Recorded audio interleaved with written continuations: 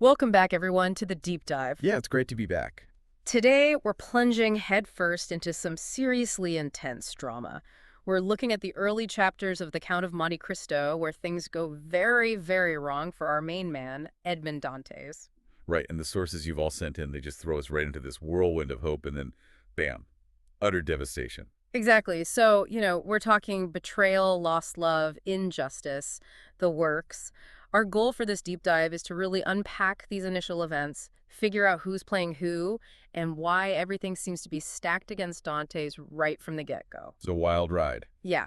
So let's start with Dante's arriving back in Marseille. He's the second in command on the Pharaon, a ship owned by this guy, M. Morel. Right, the captain, Leclerc, he died during the voyage, so that's how Dantes ends up as second in command. And it's through a conversation between Danglars, the purser on the ship, and Morel that we get our first real look at Dantes. Morel's like, this guy, he's got it, he understands the business. He clearly sees Dantes as someone special, someone with a bright future. Right, but that's what makes Danglars' reaction even more interesting. He's not quite as enthusiastic, He acknowledges Dante's experience, but it's like he's holding back a bit. I see what you mean. Like, there's almost this undercurrent of resentment or something. Maybe. Yeah, I mean, is it just professional jealousy, or is there something more to it? We don't know yet, but it's definitely something to watch. Now, Dantes, he seems completely oblivious to any of this. All he cares about is seeing his father and Mercédès, the woman he loves. Yeah, he's got his priorities straight. Family first. Right, and when Morel invites him to dinner, he's like, thanks, but I gotta see my dad. He's a good son.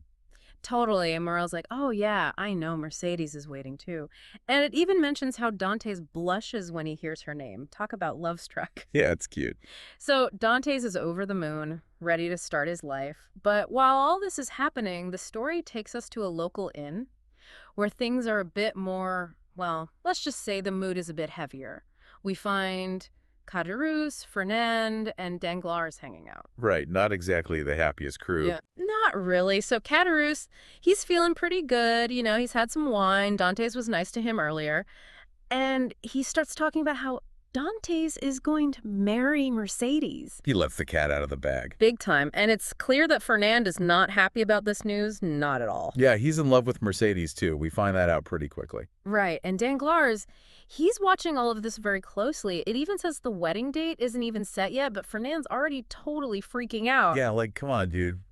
Relax. They're not even married yet. But Danglars, he doesn't miss a beat. He goes right up to Fernand, who's like pale and shaking at this point, and he's like, so not everyone's happy about this wedding, huh? Oof. Talk about kicking a guy when he's down. Right, and Fernand, he just pours his heart out, tells Danglars how much he loves Mercédès and how long he's loved her. Right. And Danglars, he's like, well, are you just going to sit here and complain about it?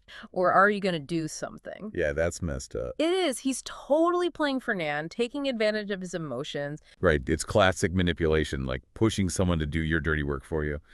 What do you think Danglars is hoping to gain from all of this? Honestly, who knows, but it can't be good. Anyway, fast forward to the betrothal party for Dantes and Mercédès, and Morel is there. He's all excited. He even announces that he's going to make Dantes the captain of the Pharaon as soon as it's ready to sail again.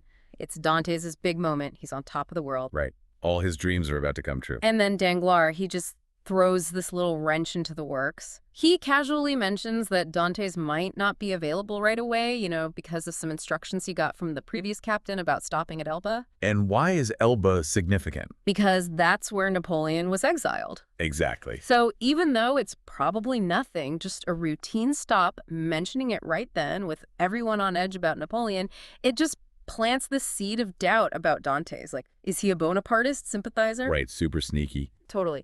And then, as things are wrapping up, Mercédès is like, okay, time to go. We have that appointment. They're about to leave, and suddenly, Fernand just collapses. Like full-on dramatic faint. It seems like it. And then, right at that moment, you hear these heavy footsteps on the stairs, the sound of swords clanking, and everyone goes silent. It's like the whole mood just shifts in an instant. Yeah, from celebration to like impending doom. And then, boom, the soldiers burst in and they arrest Dantes. Just like that. Talk about a party foul. Morel's like, what? No way. He's a good guy. He would never. He can't believe it. But Danglars, he's just like, well, hopefully he's out in 3 months. The Pharaon can't sail without a captain. Cold. Ice cold. He doesn't even care that Dantes has just been arrested. Yeah, it's all business for him. Now, To understand why things escalate so quickly, we need to look at what's going on in the larger political landscape. We get a glimpse of this through a conversation among some royalists. They're talking about Napoleon. He's been exiled, but he's still a threat, and they're all paranoid about any potential uprisings. They mention this guy, Monsieur de Villefort. He's like the top royalist official in Marseille. He's their attack dog. Basically, and they talk about how important it is to crush any sign of conspiracy, to keep the king safe, and maintain order. It's a very tense atmosphere, and anyone who's even remotely suspected of being a Bonapartist sympathizer is in serious trouble. Right. And this is where Villefort comes in.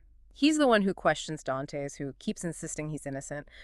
But Villefort is fixated on this letter that Dantès was carrying. A letter, this is like the smoking gun, supposedly. Right, and he even says something to Dantès, like, well, it's too bad you don't have the ship owner on your side, like, implying that even you, Morel's support wouldn't be enough to save him. So he's already made up his mind. Pretty much. And then, get this, Villefort takes the letter, the evidence that Dantès is supposedly relying on, and throws it into the fire. What? Yeah, he pretends to be sympathetic, saying he'll talk to the judge, but he's just destroyed the one thing that could potentially clear Dantès' name. Talk about a snake. I know, right? Total betrayal. So what happens to Dantès? Well, they take him away on a boat, and he's so distraught about Mercédès, he doesn't even realize they're sailing out to sea. Poor guy. When he finally figures it out, he's like, where are we going? He's still thinking, surely they'll listen to me. I'm a loyal Frenchman. He's still holding on to hope. But that hope is about to be crushed.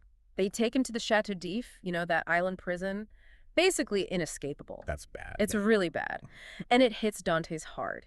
He realizes he's been totally betrayed by Villefort, and he can't stop thinking about his father, about Mercédès.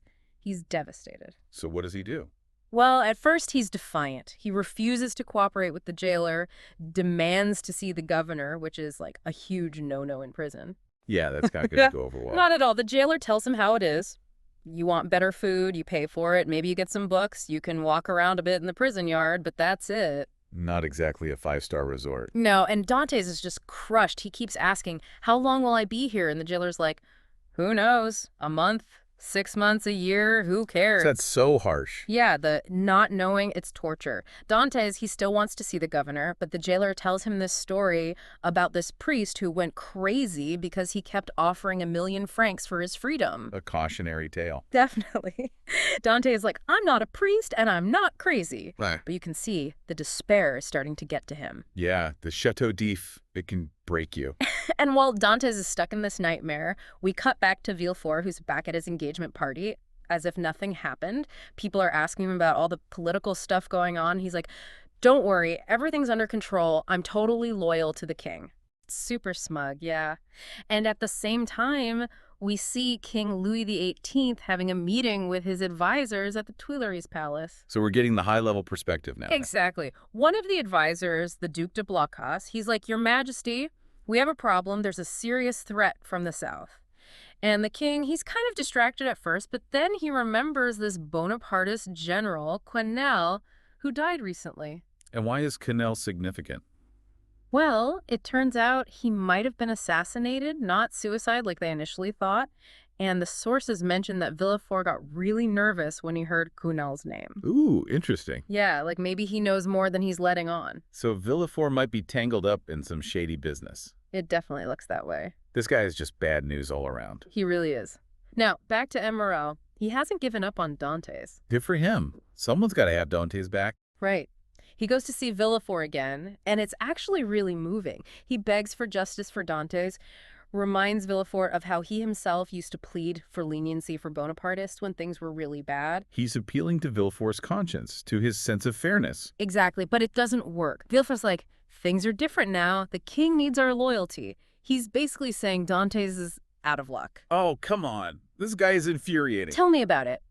Morel, bless his soul, he's so sincere. He even gets a petition signed by all these people asking for Dantès' release. And Villefort's like, okay, I'll take care of it. But guess what? He doesn't. He doesn't. He keeps the petition. He's like, just in case the monarchy gets restored again, I'll need this to prove my loyalty. What a schemer. Unbelievable, right?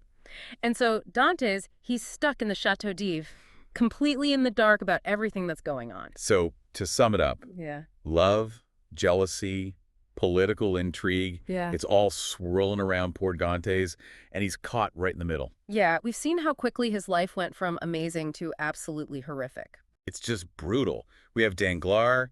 Maybe he's jealous of Dante's success, Fernand, driven by his love for Mercédès. And then there's Villefort, the ultimate manipulator. He's just looking out for himself no matter who gets hurt. Yeah, and that moment where he throws the letter into the fire, that was just chilling. It's a turning point, A real gut punch. and it leaves us with so many questions. Like, what was actually in that letter?